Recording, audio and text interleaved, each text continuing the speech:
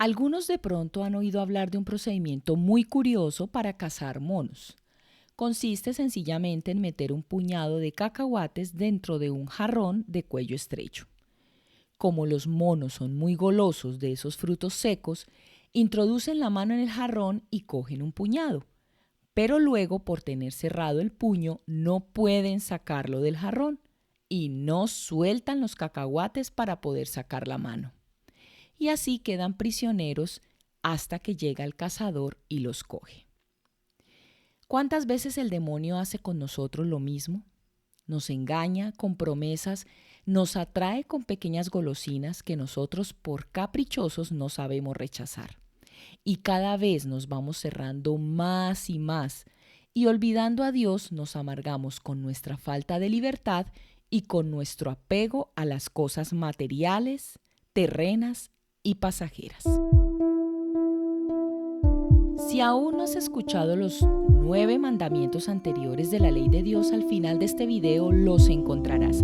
Y recuerda dejar tus intenciones en los comentarios. Oraremos por ti.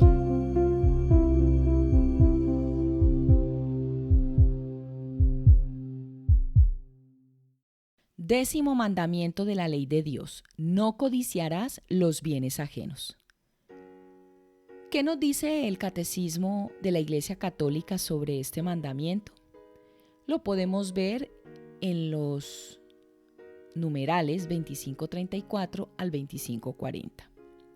El décimo mandamiento desdobla y completa el noveno, que versa sobre la concupiscencia de la carne. Prohíbe la codicia del bien ajeno, raíz del robo, de la rapiña y del fraude, prohibidos por el séptimo mandamiento. La concupiscencia de los ojos lleva a la violencia y la injusticia, prohibidas por el quinto precepto. La codicia tiene su origen como la fornicación en la idolatría, condenada en las 3 primeras prescripciones de la ley. El décimo mandamiento se refiere a la intención del corazón. Resume con el noveno todos los preceptos de la ley. El décimo mandamiento prohíbe la avaricia y el deseo de una apropiación inmoderada de los bienes terrenos. Prohíbe el deseo desordenado, nacido de la pasión inmoderada de las riquezas y de su poder. Prohíbe también el deseo de cometer una injusticia mediante la cual se dañaría al prójimo en sus bienes temporales.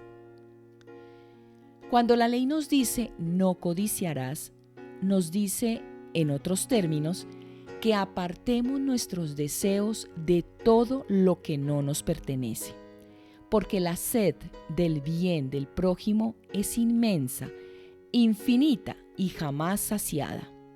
Como está escrito, el ojo del avaro no se satisface con su suerte.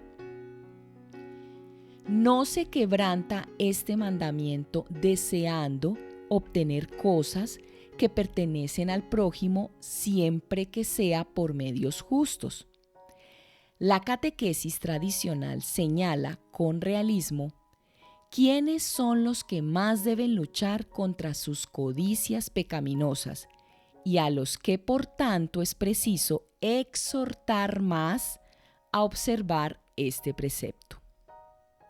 Los comerciantes, que desean la escasez o la carestía de las mercancías, que ven con tristeza que no son los únicos en comprar y vender, pues de lo contrario podrían vender más caro y comprar a precio más bajo. Los que desean que sus semejantes estén en la miseria para lucrarse vendiéndoles o comprándoles. Los médicos que desean tener enfermos, los abogados que anhelan causas y procesos importantes y numerosos. El décimo mandamiento exige que se destierre del corazón humano la envidia.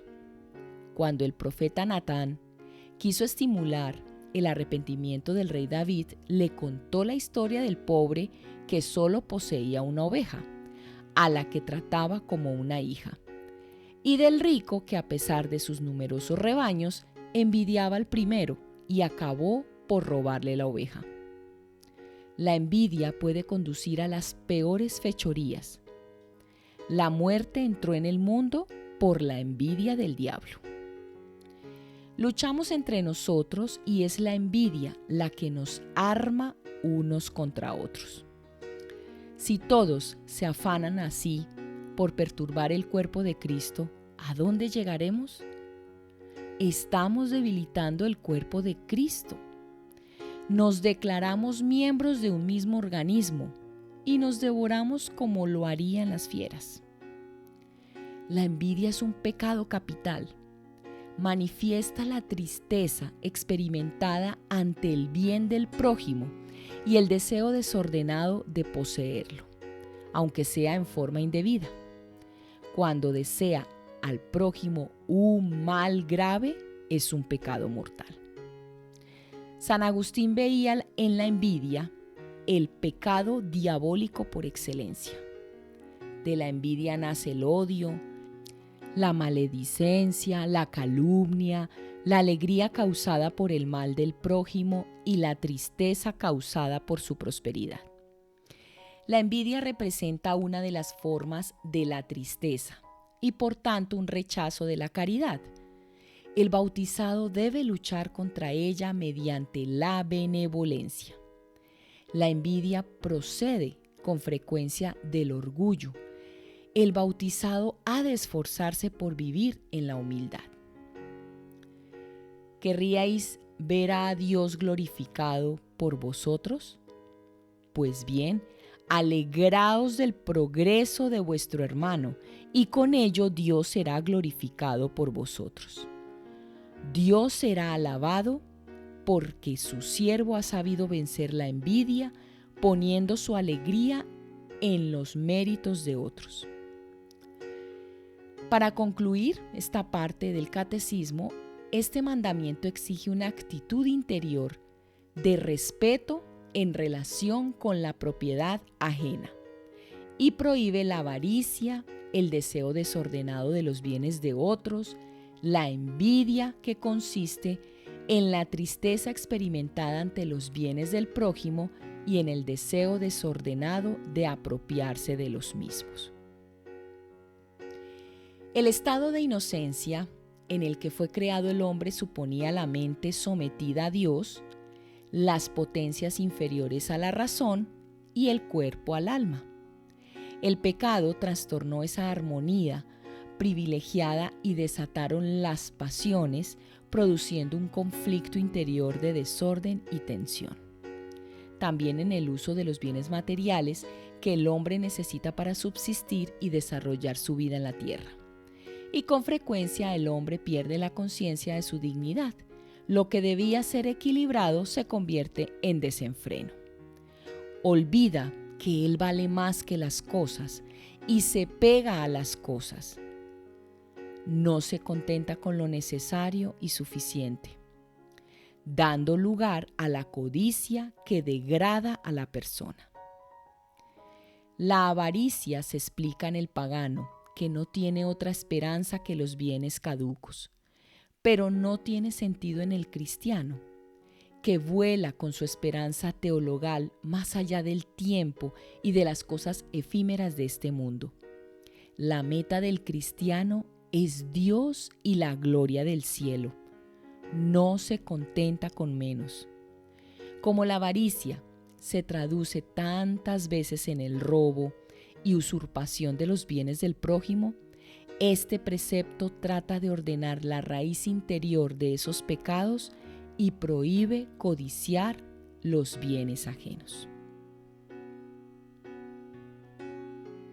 Al terminar este estudio de los mandamientos, se advierte que efectivamente son un regalo de Dios al hombre. Jesucristo enseñó a cumplirlos y proclamó las bienaventuranzas para saber el espíritu con que hay que cumplirlos. Los mandamientos señalan el camino del cielo de forma clara y sencilla. Muestran cómo amar a Dios sobre todas las cosas y al prójimo como a uno mismo, por amor a Dios. ¿Qué nos enseñó Jesús sobre los mandamientos? Jesús nos enseñó a no separar nunca el amor a Dios del amor a nuestros hermanos. Has tenido un día ocupado. Tu compañero de clase preguntó si podía copiar tu tarea. Querías ser honrado, así que le dijiste que no, pero te ofreciste ayudarlo. De camino a casa de la escuela, viste que tu vecina se esforzaba por levantar una canasta grande con verduras que acababa de recoger del huerto. Querías llegar a la casa, pero corriste y le ayudaste a llevar la canasta adentro. Después de la cena, tu papá te pidió que hicieras la tarea de matemáticas.